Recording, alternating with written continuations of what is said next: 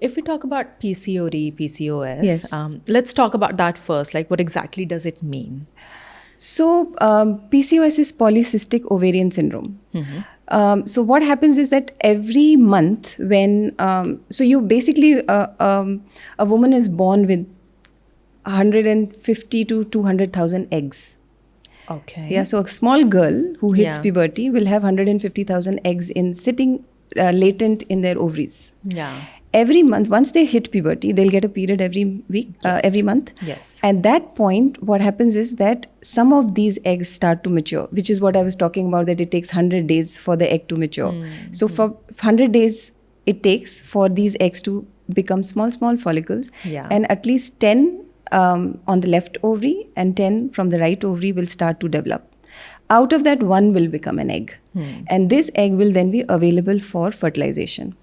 If the fertilization doesn't happen, you get the period at the end of the 28 days. So that is a typical cycle that takes place. Yes. Now, with what happens with the polycystic ovarian syndrome is that there are too many eggs which are trying to develop. So a lot of follicles are trying to develop into an egg, but there's a phenomena called follicular arrest that takes place. So the follicles are not able to grow beyond a point. So one particular big quality egg doesn't get made. And there are a lot of these small follicles which just sit there trying to grow, and then they sit on your ovaries in a grape-like structure. So when you see it under ultrasound, your ovaries look like polycystic. There are a lot of small cysts which are sitting on these ovaries. So when you see that under an ultrasound, you say you have a polycystic ovarian syndrome, which is basically why you're not making one good quality egg every month. If you don't make that one good quality egg, then what happens is the second half of your cycle gets compromised. So the egg doesn't get released, then the second half gets compromised, and that's why you don't end up getting a period at the end of the month, which basically means that you might have an irregular period. So it'll show up, sometimes it won't show up. Sometimes in PCOS, you don't even see your period for 3 to 4 months, 6 months. So that's PCOS, where you're not ovulating every month, and the egg is not getting made every month. So how do you get it? Is it like by birth or is it lifestyle? What is the reason? No, it's not by birth. Some of it is genetic. I would say that, but it's a very tiny percentage. But it's mainly to do with lifestyle. Yeah. And what happens is that it's mainly driven by insulin levels. Yeah. Okay. So if your lifestyle is that you're eating, too much of refined food and you're not exercising much, then you tend to have high insulin levels in your body.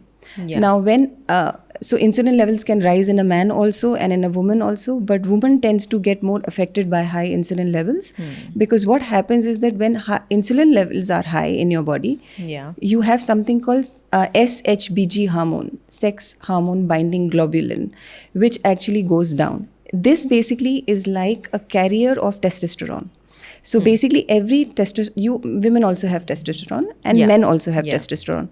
But the free testosterone that is there in a woman's body needs to be carried around in the body with the help of this protein, SHBG. Okay. So now with the because of high insulin level, when SHBG protein goes down, you have this testosterone which becomes free.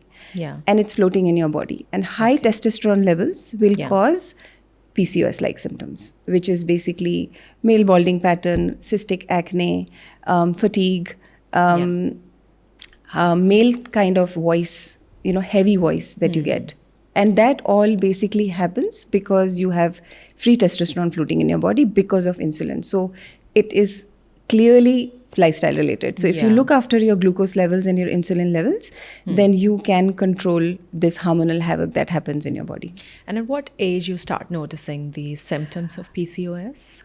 PCOS can happen as young as, I know cases where it's been in their body since 17, 18, 19, 40s, 50s, till you hit your menopause. Anytime you can actually have PCOS-like symptoms. So it's even after you become a mother. Yes, you may have it. Okay. Sometimes, in some cases, what happens is that if you have PCOS, but then if you have a child, after that, your PCOS subsides. This happens in some cases. Okay. But then, because it's insulin related, and because insulin and sugar is related to your lifestyle, if your lifestyle goes haywire, then that it can come back again anytime. So, what are the things you need to keep in check to be able to overcome this?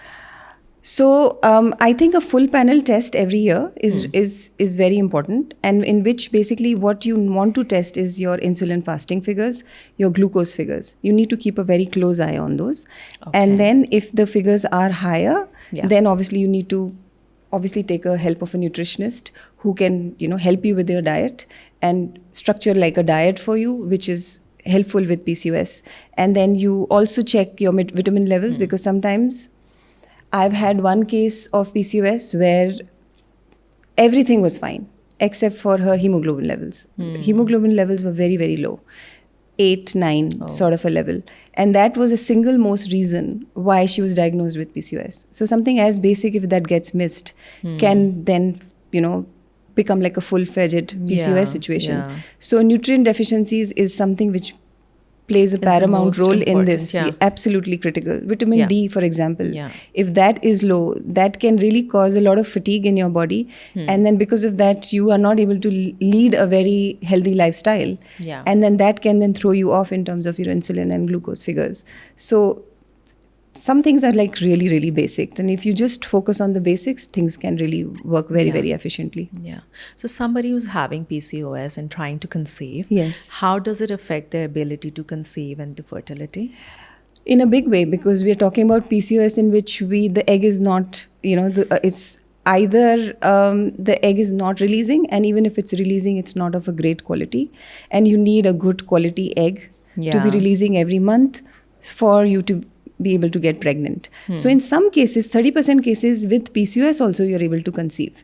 Because sometimes, even with that persistent problem, you still are able to make a good quality egg and fertilization happen, and you can get pregnant. But in some cases, you basically will have to work on your PCOS. You make sure that your sugar levels and insulin levels are controlled. And that sometimes can also, the gynecologist can work with you and give you glucose medication. So to control your glucose levels, so that when the glucose levels come down, and that's when you're able to produce a good quality egg, and then you get pregnant because of that. So PCOS can be one of the biggest reasons why conception can be an issue. And then in that case, some women have to then go for IVF or IUI or other sort of fertility procedures. Can PCOS lead to high-risk pregnancies? 100%, because what happens with PCOS is that your underlying problem is insulin. Or the underlying problem is that you're not able to manage your glucose levels properly. So your glucose levels in your blood needs to be between 60 to 100. And if your average glucose levels are 120, 130, now you're going into a pregnancy. Now, when you're going into pregnancy with high glucose levels, then something that can hit you around the second trimester is gestational diabetes, where you become like a full-fledged diabetes actually starts to come into play. As soon as gestational diabetes comes into play, then it automatically makes it into a category of high-risk pregnancy. Yes. Because then you have to control the sugar levels throughout. And then because of that, the baby's weight can go up.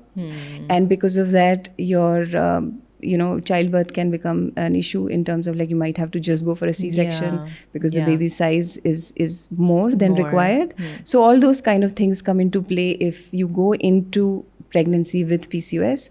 My suggestion would be that you work on your PCOS. Like the prep period is what we are talking about. So try to see if you can work on that 3 to 5 months before you conceive. And then when the conception happens, then throughout the 9 months, you make sure that you very watchful, and you are under a guidance of a nutritionist who's monitoring your glucose levels and who's giving you a good diet, so that can get controlled, so that you have less risk of high risk pregnancy.